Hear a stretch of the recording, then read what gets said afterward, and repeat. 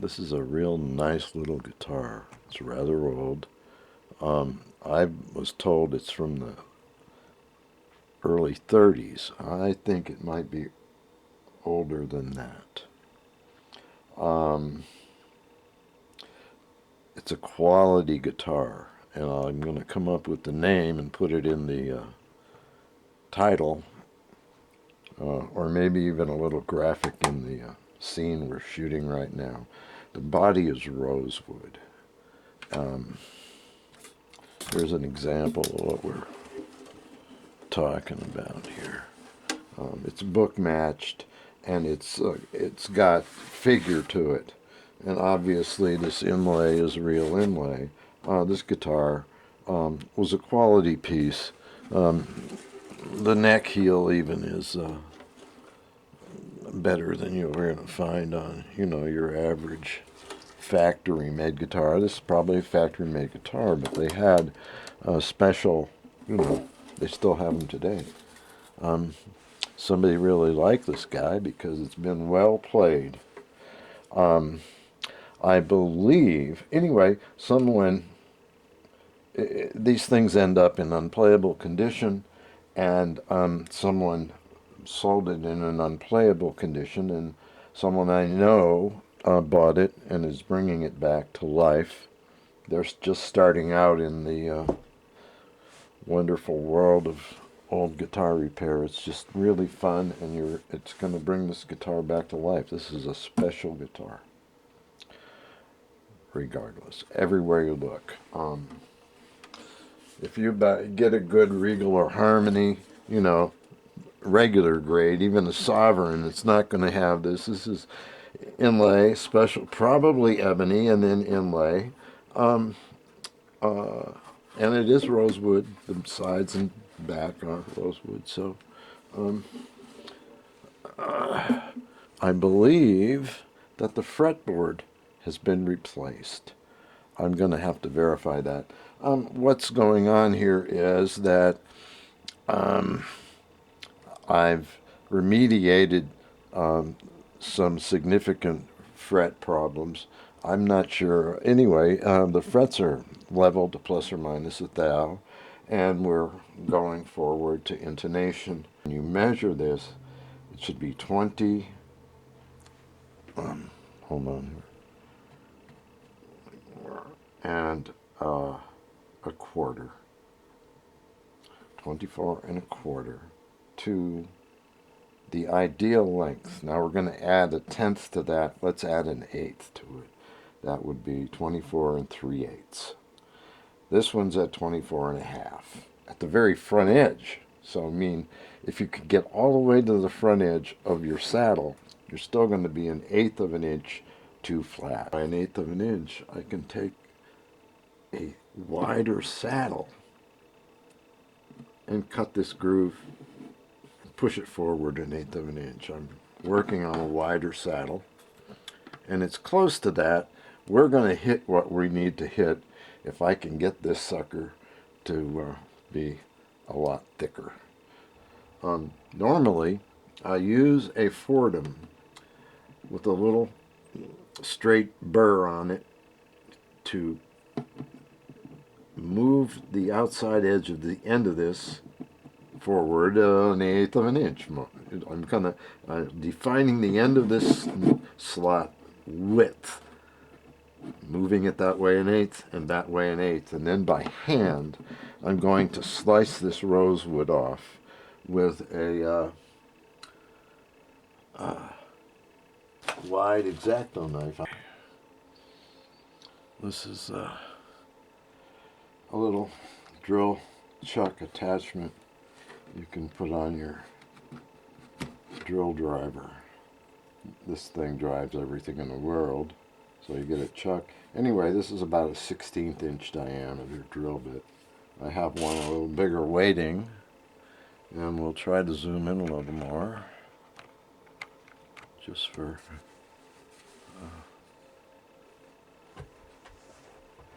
all I'm trying to do here is I usually will use a Fordham, but it's in storage. I'm eyeballing this, believe it or not. how I do it. With the Fordham, I'll start right there at the base of the slot and just move it sideways. I don't have that option right now, but I'm keeping track of the depth. If it goes a little too far, it'll be okay.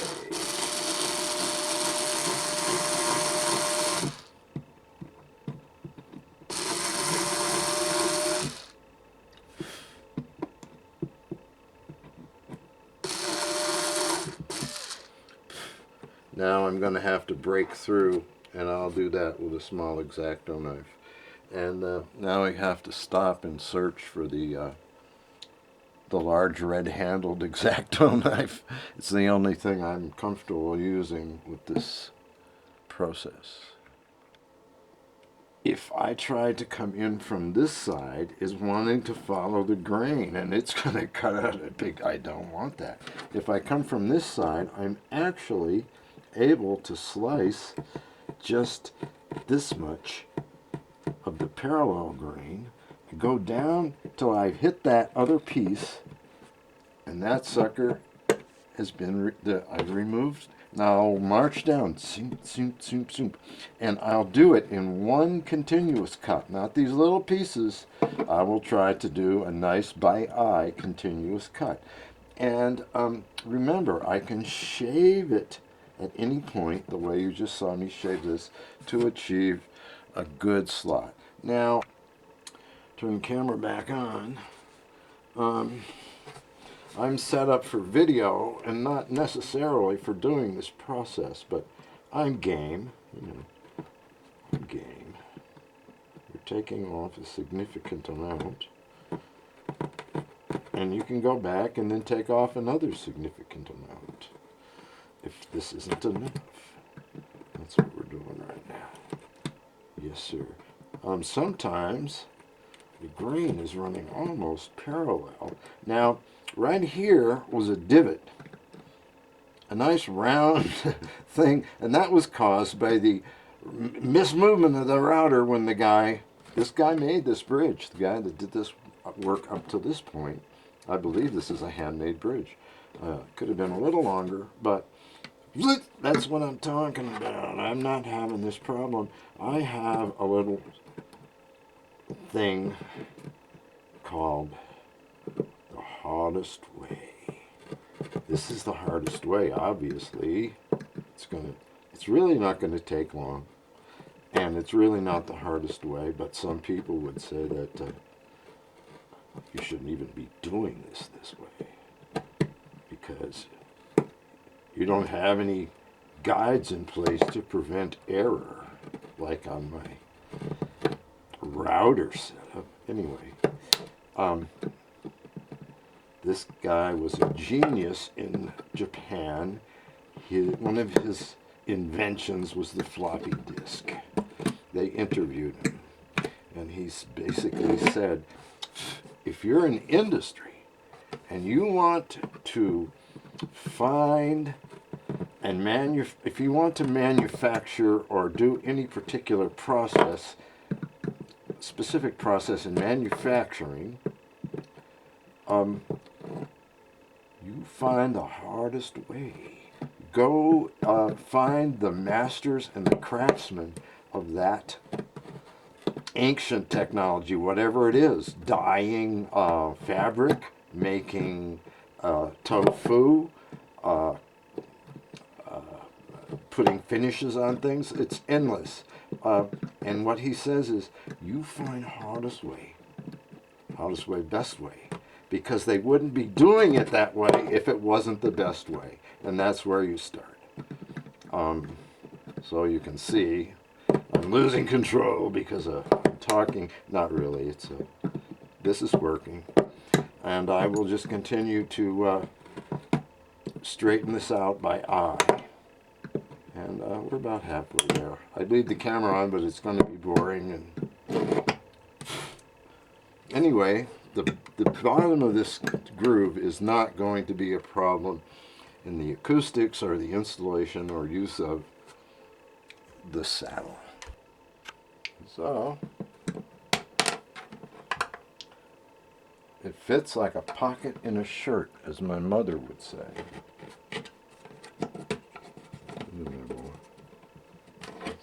There's no rocking.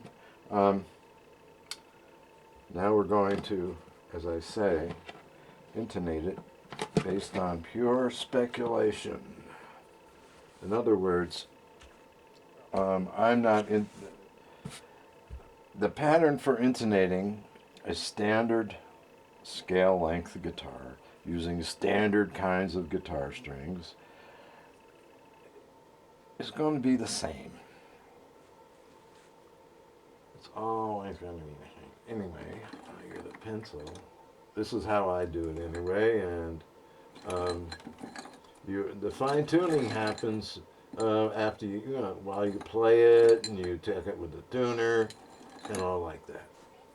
So what I'm going to do here, get in here. I'm orienting it laterally. Okay, I'm going, and oh well, it has more bias on the bass side. We'll do the treble side and fill this side. Okay, I'm marking where the string is going to cross by eye. That's all. Where the string's going to cross by eye.